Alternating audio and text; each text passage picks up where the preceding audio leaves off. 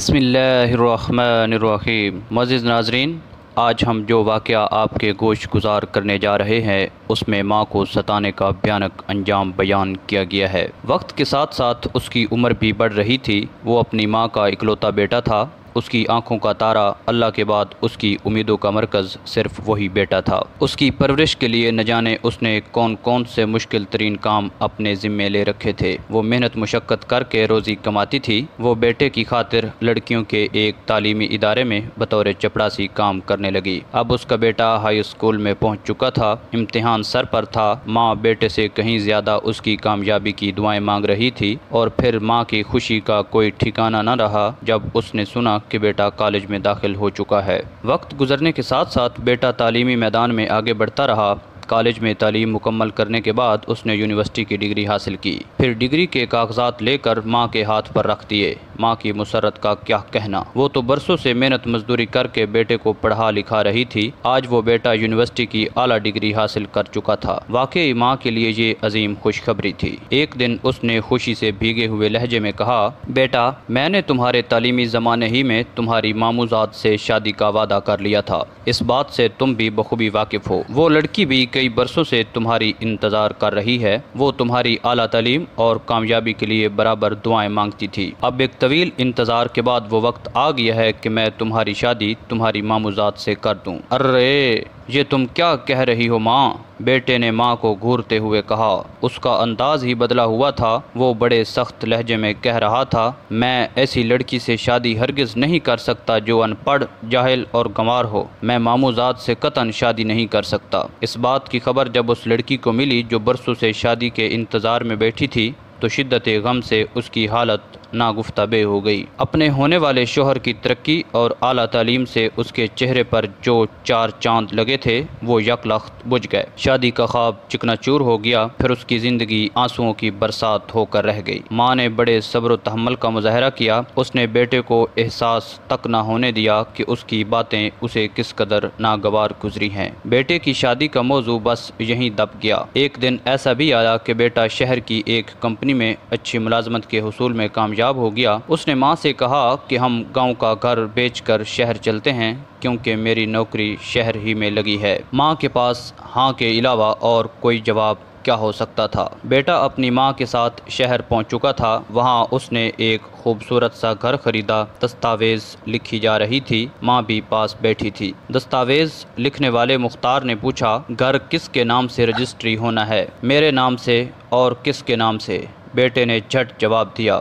اس نے ماں کی طرف دیکھنے اور اس کی رائے معلوم کرنے کی بھی زحمت گوارا نہ کی۔ شہر کے جس گھر میں وہ رہائش پذیر تھا، قریب ہی ایک پڑوسی کے گھر میں ایک حسین و جمیل لڑکی رہتی تھی۔ گھر سے باہر جاتے آتے بس اوقات اس سے آمنا سامنا ہو جاتا تھا۔ ایک روز دسترخوان پر بیٹھے بیٹھے اس نے ماں کے سامنے اپنی شادی کی بات رکھی اور کہنے لگا، امی جان، میں نے معلوم کیا ہے کہ سامنے جو پڑوسی کا گھر ہے اس میں ایک لڑکی رہتی ہے۔ اس کے والدین خاندانی معلوم ہوتے ہیں۔ وہ لڑکی پڑھی لکھی اور سلیقہ دار ہے۔ نئی تہذیب اور پرانی ثقافت کا سنگم ہے۔ آپ کا کیا خیال ہے اگر میں اس سے شادی کر لوں؟ ماں آخر ماں ہوتی ہے۔ وہ آخری دم تک اپنی اولاد کی خیر خواہی چاہتی ہے۔ اس نے بیٹے کی خواہش کی تائید کی اور اس رشتے کو اس کے لیے ایک مبارک اور خوبصورت رشتہ قرار دیا۔ بیٹا، امی جان، پھر آپ رشتے کے لیے پڑوسیوں کے ہاں جائیں نا۔ ماں، ہاں بیٹا، میں تمہارے لیے پڑوسی کے گھر لڑکی کا رشتہ مانگنے جا رہی ہوں۔ امید ہے کہ یہ رشتہ انہیں ضرور پسند آئے گا۔ رشتے کی بات پکی ہو چکی تھی۔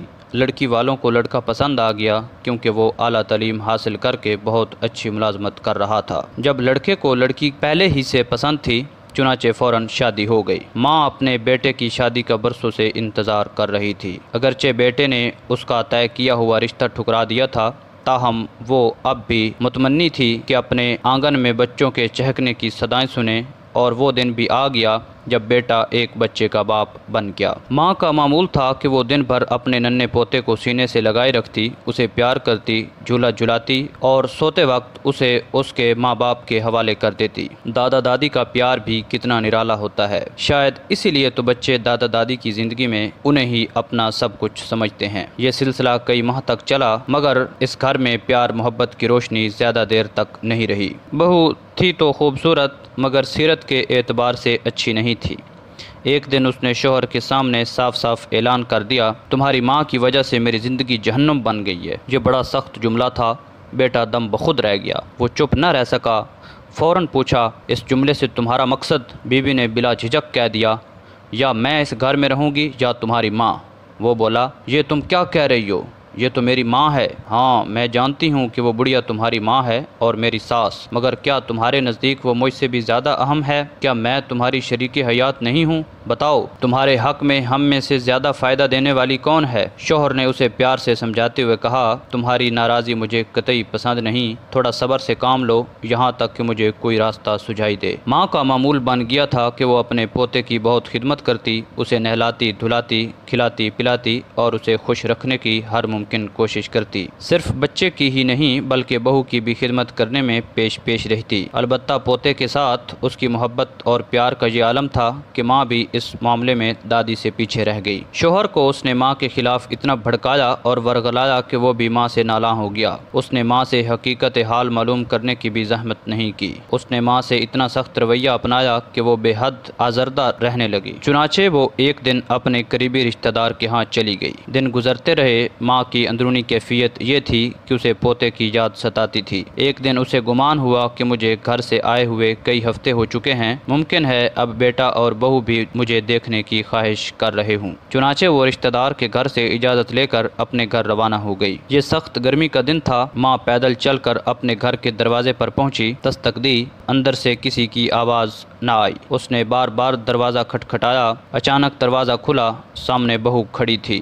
وہ چیخ کر بولی، اچھا تو یہ تم ہو جو بار بار دستک دے کر ہمارے آرام اور سکون کو برباد کر رہی ہو؟ کیوں آئی ہو؟ کیا چاہتی ہو؟ ہم اچھے بھلے زندگی گزار رہے تھے، تم پھر ہماری زندگی میں رخنہ اندازی کے لیے آ گئی ہو؟ بیٹی، تمہاری زبان سے میں یہ کیا سن رہی ہوں؟ میں تو تمہیں دیکھنے کے لیے آئی ہوں۔ بہو کہنے لگی، مگر ہم تمہیں یہاں دیکھنا نہیں چاہتے۔ اتنے میں بیٹا گھر سے نکلا اور کوفت محسوس کرتے ہوئے ماں کو گھر میں لے گیا۔ بیوی کی باتیں اس نے بھی سنی تھیں۔ ماں، کس لیے چلی آئی ہو؟ بیٹے کے منہ سے یہ الفاظ سنتے ہی ماں کے پیروں تلے زمین نکل گئی۔ وہ ہکا بکا رہ گئی، اس کی زبان گنگ ہو گئی۔ اس نے ایک لفظ بھی نہ کہا۔ امی جان، آپ شاید کچھ کہہ رہی ہیں۔ نہیں، میں کچھ نہیں کہہ رہی بیٹا۔ میں کیوں تمہیں کچھ کہنے لگی؟ البتہ سوچ رہی تھی۔ کیا سوچ رہی تھی؟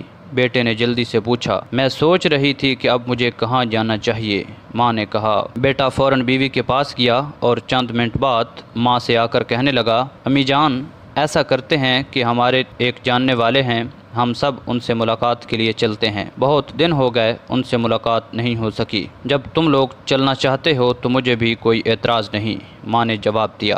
اب وہ گاڑی میں بیٹھ کر جا رہے تھے۔ گاڑی سڑک پر دوڑتی ہوئی اس جانب رواں دواں تھی جہاں بوڑھے لوگوں کا گھر ہے۔ گاڑی اولڈ ہاؤس کے گیٹ پر پہنچ چکی تھی۔ بیٹے نے ماں کا ہاتھ پکڑا اور اولڈ ہاؤس میں لے جا کر چھوڑ دیا۔ ماں کو احساس تک نہ ہوا کہ وہ کہاں آ گئی۔ اسے اس وقت معلوم ہوا جب بوڑھے لوگوں کے گھر میں اس کا نام رجسٹر میں درج ہو گیا۔ ماں کے دل پر کیا گزری، اس سے قطع نظر ہم اس واقعے کے نتیجے کی طرف چلتے ہیں۔ بیٹا ماں کو اولڈ ہاؤس میں چھوڑ کر بیوی بچے کے ساتھ گھر لوٹ آیا۔ بچہ دادی کی یاد میں رونے لگا۔ میری دادی کہاں ہے؟ میں اس کے پاس جانا چاہتا ہوں، تم مجھے میری دادی کے پاس پہنچا دو۔ دادی، دادی، دادی۔ مگر معصوم بچے کی فریاد سے بھی بیٹے اور بہو کا دل نہیں پسیجا اور بیچاری ماں اولڈ ہاؤس کی چار دیواری میں اندر ہی اندر غم کی بھٹی میں سلگ کر مرنے لگی۔ آج میاں بیوی بڑے خوش تھے۔ بیوی نے شوہر کو اپنی ایک سہیلی سے ملاقات کے لیے تیار کیا۔ دونوں اپنے ننھے بچے کے ساتھ گاڑی میں سوار ہو کر سہیلی کے گھر چل دیے۔ بیٹا اسٹیئرنگ پر ہاتھ رکھے آگے کی طرف دیکھ رہا تھا۔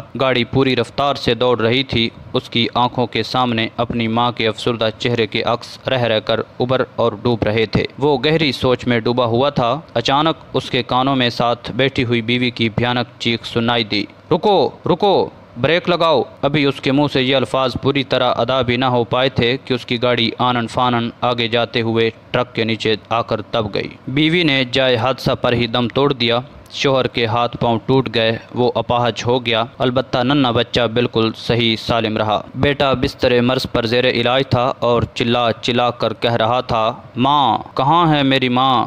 میری ماں کو بوڑھوں کے گھر اولڈ ہاؤس سے نکال لاؤ۔ ماں کو اس حادثے کی اطلاع دی گئی۔ اسے اتنا شدید قلق ہوا کہ اس کی آنکھیں بھیگ گئیں۔ اس نے بے قرار ہو کر دونوں ہاتھ پھیلا دیے اور کہنے لگی، بیٹے، تجھے اللہ تعالی شفا بخشے۔